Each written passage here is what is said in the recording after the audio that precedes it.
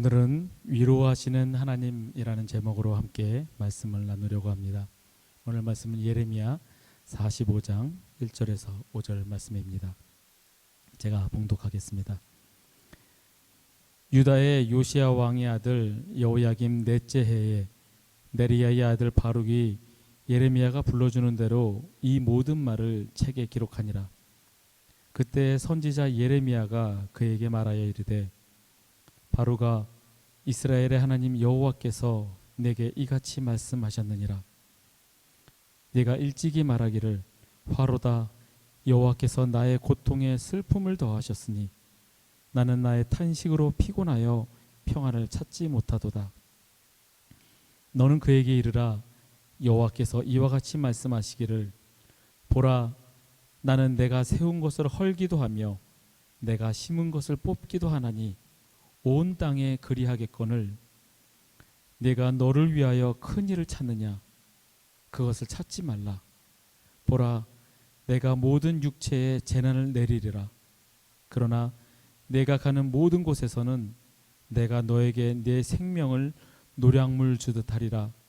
여호와의 말씀이니라. 아멘. 코로나가 참 오래 갑니다. MCO가 다시 발효되고 이번 MCO는 지난번보다 더 강하게 통제하는 느낌입니다. 하지만 사람들은 불감증에 걸린 듯 오히려 더 돌아다닌 듯하고, 통제하면 할수록 자영업자들은 정말 힘들게 뿌려갑니다. 인간의 힘으로 참 극복하기 있던 이 재앙과 같은 이때에 우리는 더욱더 주님의 지혜를 구하고 주님이 주시는 위로가 여러분과 함께 하기를 축복합니다. 하나님의 일을 하는 사역자든 아니든 살아감에 있어서 하는 일이 내 뜻대로 잘 되고 정말 내 계획대로 잘 되어가는 것 같지 않을 때가 참 많습니다. 잘 되지 않아서 절망하고 실망할 때가 너무나도 많습니다. 아마 여러분도 그런 경험을 해보셨을 겁니다. 어느 누구도 늘 승승장구하는 사람은 없는 것 같습니다. 분명히 하나님의 뜻이라 여기고 시작을 했는데 계속 어려운 일만 닥치고 힘들기만 하니 어떤 사람은 하나님을 원망하기도 하고 이게 맞는 길이었나 의심을 하기도 합니다. 저희 회복교회도 첫 예배를 드린 지 벌써 1년 4개월이 지났지만 시작하자마자 코로나로 인해서 몇 달씩 문을 닫은 적도 있었고, 또 한인 교회임에도 불구하고 한인들은 많이 한국으로 돌아갔습니다. 그리고 교회가 이곳에 있다라는 것을 알리는 수단도 여의치가 않습니다. 분명 하나님의 뜻이라 믿고 시작을 했는데 힘겨울 때가 있는 것이 사실입니다. 하지만 그럴 때마다 다짐하고 결단하고 그리고 믿는 것은 하나님은 우리의 예배를 받으신다입니다. 비록 적은 숫자가 모여도 두세 사람이 모여도 우리들의 진정한 예배를 받으시는 주님이십니다. 이 사실을 믿기 때문에 지금도 감사하며 주님께 예배를 드립니다. 예레미야 26장에서 44장까지는 이스라엘 민족이 계속해서 저지르는 패역함을 기록하고 그에 따르는 유다와 예루살렘의 멸망을 보여줍니다. 그리고 더 나아가서 나라가 망하였음에도 살겠다고 여전히 하나님의 뜻을 깨닫지 못하고 애굽에 도망 내려가서 거기서 살려고 하는 그들에게 또한 완전히 멸망할 것이다 라는 하나님의 경고가 나타납니다. 그리고 오늘 본문인 45장은 예레미야 선지자의 예언을 대필하고 대언하는 그 사역을 감당했던 바룩의 고뇌를 보여주면서 힘들어하는 그를 위로하시고 그의 생명을 반드시 구원하시겠다라고 약속하시는 하나님의 예언이 나옵니다. 이 바룩은 축복받은 자라는 뜻의 이름을 가졌습니다. 학식이 뛰어났고 예레미야 선지자의 서기관이었으며 예레미야 선지자와 운명을 함께했던 신실한 동역자였습니다. 그리고 그는 명문가 출신입니다.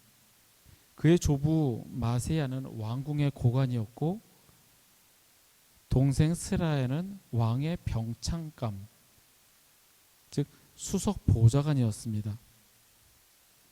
오늘 본문에는 바룩이 속으로 한탄하는 말로 시작을 합니다. 그가 직접 내뱉지 않았음에도 그의 마음을 아시는 하나님께서 예레미야 선지자를 통해서 말씀하십니다. 유진 피터슨 목사님의 메시지 성경을 한번 읽어드리겠습니다. 여호야김 4년 어느 날에 바룩이 예레미야의 말을 받아 적고 있을 때 예언자 예레미야가 그에게 말했다. 바룩, 하나님 이스라엘의 하나님께서 그대에게 하시는 말씀이요. 그대는 이 무슨 고생인가? 하나님께서 나를 첩첩산중으로 가게 하시는구나. 끝이 보이지 않는 이 길, 이제 지쳤다 말하지만 하나님께서는 이렇게 말씀하시오. 흔히 하는 말로 바룩은 이렇게 생각하는 겁니다. 지금 내가 뭐 하는 거지? 내가 지금 맞게 가고 있는 건가? 하나님께서 왜 나를 이렇게 첩첩산중 힘든 곳으로만 가게 하시지? 끝도 보이지 않고 아무 열매도 없는 이런 일에 결국 지치게 되네 라는 그 마음을 바룩이 가지고 있었습니다. 바룩이 가졌던 마음을 충분히 이해할 수 있습니다. 명문가 출신의 학식이 뛰어났고 서기관으로서 좋은 자질을 가지고 있는 훌륭한 인재였는데도 불구하고 자신은 사역자로 성공하지 못할 수도 있다는 생각에 아마 불안하고 괴로웠을 겁니다. 그리고 자신의 생명도 위협받았습니다.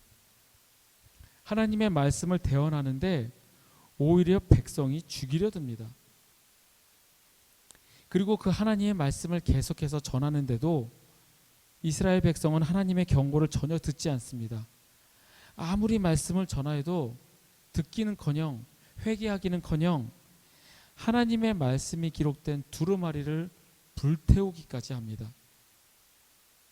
아마 하나님의 말씀을 전했을 때 그들이 돌아오고 회개하고 그렇게 역사가 이루어진다면 힘들게 사역을 해도 뿌듯하고 보람이 있을 텐데 전혀 그렇지도 않습니다.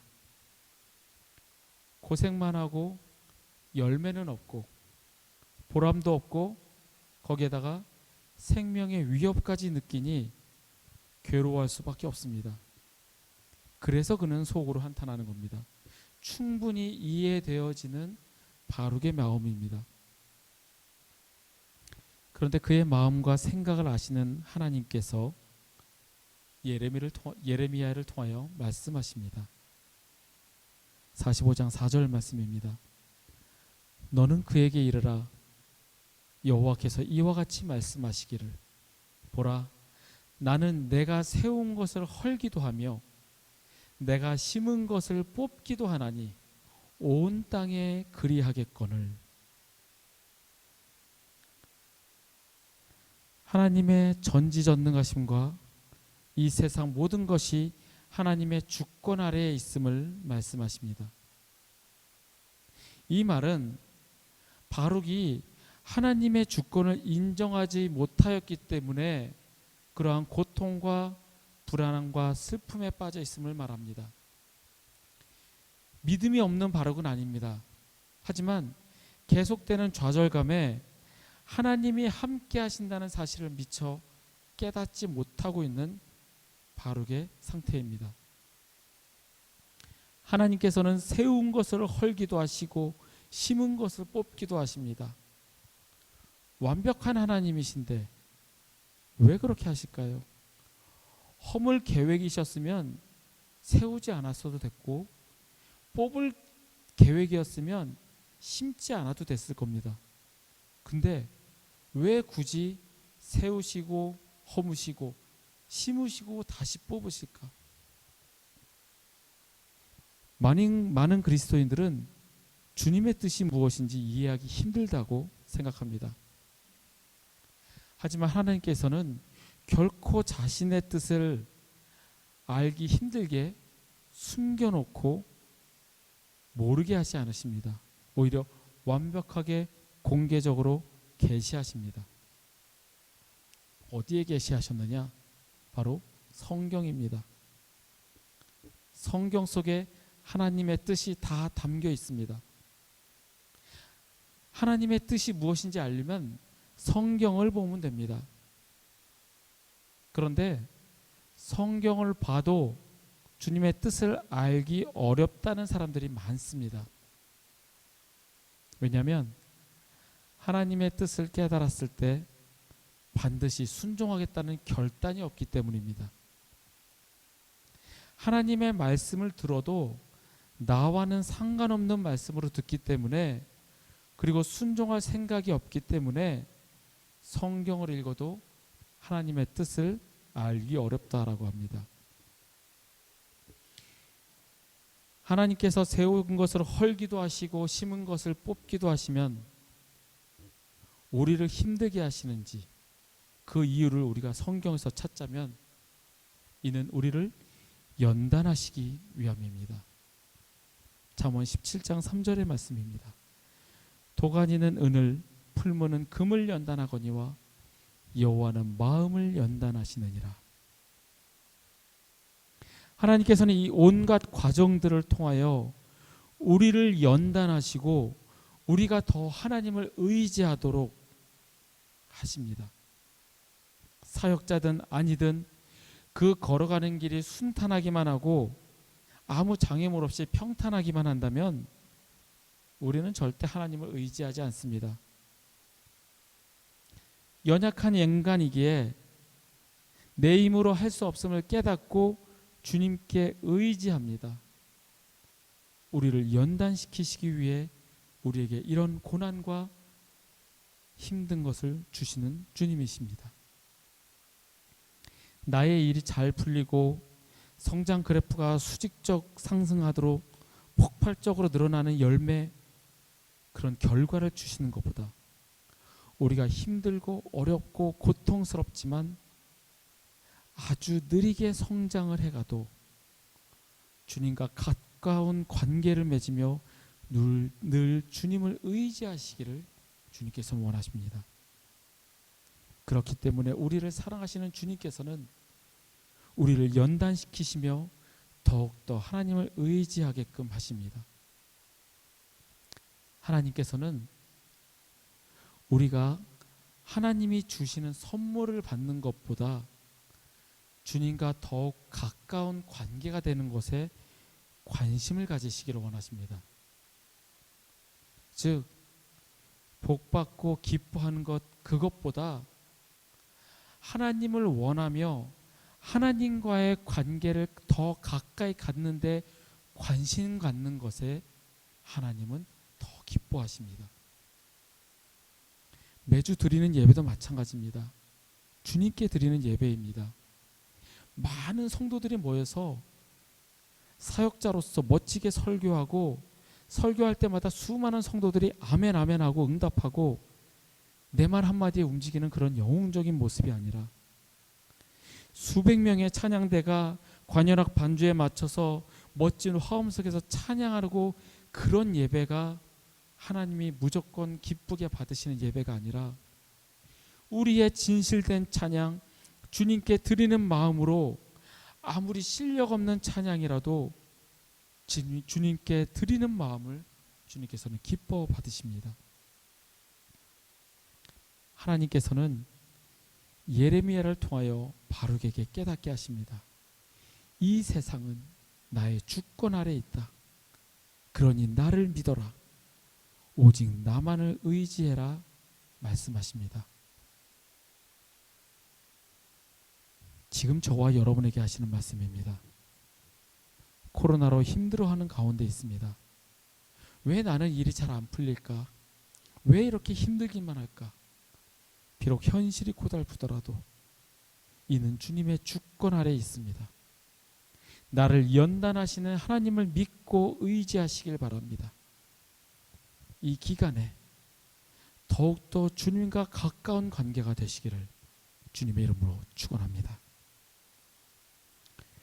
바룩을 위로하신 하나님께서는 이제는 권면의 말씀을 하십니다.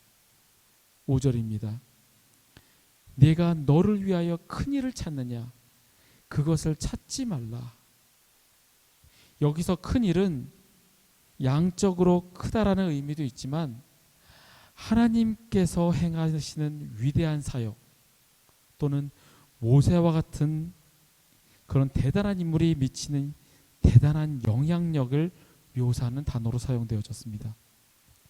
즉 여기서 말하는 큰 일은 내 능력으로는 도저히 할 수 없는 하나님께서만이 하실 수 있는 그런 위대한 능력 또는 하나님과 대면하여 아시던 모세와 같은 위대한 선지자 모세와 같은 자가 하나님의 능력으로 말미암아 행했던 그런 큰 일을 의미합니다. 그런 큰 일을 찾지 말라라고 바룩에게 말씀하십니다.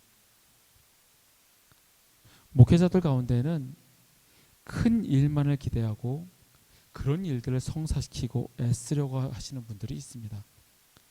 큰 교회 담임 목사가 되기 위해 큰 교회에서 경력을 쌓고 이력서에 쓸 사역들을 하며 앞으로 큰 목회자가 되겠다는 꿈을 가진 분들이 있습니다. 또한 선교사님들 중에는 큰 사역, 큰 프로젝트 이런 것들을 위해서 여기저기 다니며 애쓰는 분들이 있습니다. 사역자가 아닌 것도 사람도 마찬가지입니다. 큰 사업, 큰 이득이 있는 것 그런 것만을 쫓아가는 사람들이 있습니다. 하지만 바울 사도는 디모데에게 이렇게 권면합니다. 디모데후서 4장 2절의 말씀입니다. 너는 말씀을 전파하라.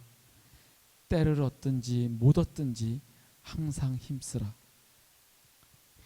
여기서의 때는 시간을 말하는 것이 아니라 우리의 마음을 말합니다. 즉 때를 얻든지 못 얻든지 항상 힘쓰라. 이 말씀은 우리가 하고 싶든 하고 싶지 않든 주의 일은 열심히 하라는 그 말씀입니다. 만일 내가 하고 싶은 것만 하려고 한다면 우리 대부분은 아마 끝까지 내가 할 수 있는 일을 찾을 수 없을 수도 있습니다. 큰 사역만 하려 하고 내 이력에 도움이 될 것만 한다면 주의 일을 내 입맛대로 가려서 하는 것입니다. 큰 사역이든 작은 사역이든 나의 이력에 이롭든 이롭지 않든 항상 힘쓰라 라는 권면의 말씀입니다. 하나님이 예레미야 선지자를 통하여 바룩에게 말씀하셨던 것처럼 큰 일을 찾지 마라. 너를 위하여 큰 일을 찾느냐? 그것을 찾지 말라라고 말씀하셨던 것처럼 큰 일이든 작은 일이든 나에게 이롭든 이롭지 않든 주님이 나에게 맡겨주신 사역이라면 항상 힘써 열심히 하라라고 주님께서 말씀하십니다. 늘 하나님과의 관계를 이야기합니다. 하나님과의 올바른 관계를 지니고 있다라는 증거는 주님이 맡겨주신 일에 자신의 최선을 다하는 것입니다. 만일 우리가 원하는 것이 축복이 아니고 하나님과의 올바른 관계라면 아무리 힘들고 내 일이 잘 풀리지 않아도 하나님께서 기뻐하시는 마음입니다. 내가 단지 축복만을 바라고 주님께서 주시는 것만을 바란다면 그것은 주님과의 올바른 관계가 아니라 단지 주는 것 그것에 감사하고 받는 것에만 기뻐하는 그러한 기복신앙일 뿐입니다. 우리가 큰 일을 찾고 구하지 않아도 주님께서는 필요한 것을 아십니다. 우리의 마음을 아시는 주님입니다. 그렇기 때문에 우리는 나를 위하여 큰 일을 찾는 것이 아니라 때를 얻든지 못 얻든지 항상 주님께서 맡겨주신 일에 힘써야 합니다. 이것이 바로 하나님과 올바른 관계에 있음을 증명하는 증거입니다. 이번 주 말씀을 준비하면서 참 많은 위로가 있는 시간이었습니다. 동기 목사님이 위로송 영상을 보내주었는데 그 찬양을 부르시면서 간단한 메시지를 전하시는 목사님께서 하나님의 사람임에 만족하라는 그 말씀이 참 위로가 되었습니다. 열왕기상 17장에 그 위대한 선지자 엘리야가 사르밧 과부와 그 아들을 위해서 몇 년 동안 헌신하였던 것처럼 그 단지 두 사람을 위해서 사역했던 것이 큰 사역이 아니어도 최선을 사역했던 그 엘리야에게 보잘것없는 것 같지만 단지 두 사람을 위하여 사역했던 그 엘리야에게 결국에는 이제야 당신은 하나님의 사람이시오, 당신의 입에 있는 여호와의 말씀이 진실한 줄 아노라 라는 사르밧 과부의 고백을 들었습니다. 이제야 알았다는 그 고백. 엘리야가 그 가족을 위해 지금까지 한 섬김이 큰 사역이 아니어도 하나님은 그 계획 가운데 엘리야를 넣으셨고 그것에 순종하며 크든 작든 하나님의 계획에 순종하였던 그 엘리야를 향해서 사르밧 과부는 당신은 하나님의 사람입니다 라고 고백을 합니다. 큰 사역이 아니어도 하나님은 당신의 계획 가운데 우리를 사용하십니다. 그 사용하심에 감사하고 순종하는 자가 하나님의 사람입니다. 하나님의 사람, 하나님께 속한 사람, 그 사실만으로 우리에게 위로가 되고 기쁨이 되시기를 바랍니다. 말씀을 정리하겠습니다. 하나님께서 바룩을 위로하셨던 것처럼 우리를 위로하십니다. 이 세상이 나의 주권 아래에 있으니 나를 의지하며 나를 믿으라 말씀하십니다. 우리를 연단시키시는 주님을 의지하시길 바랍니다. 하나님께서는 우리가 하나님이 주시는 선물을 받는 것보다 주님과 더욱 가까운 관계가 되는데 관심을 가지기를 원하십니다. 자신을 위한 큰 일을 찾지 말라 말씀하십니다. 큰 사역, 위대한 일만을 바라는 것이 아니라 때를 얻든지 못 얻든지 항상 주님이 맡겨주신 일에 힘써야 합니다. 하나님과 올바른 관계를 지니고 있다는 증거는 주님께서 맡겨주신 일에 나의 최선을 다하는 것입니다. 여러분과 제가 하나님께 속한 사람임에 감사하며 주님 맡겨주신 일에 최선을 다하고 주님과 늘 교제하시는 저와 여러분이 되시기를 간절히 축복합니다.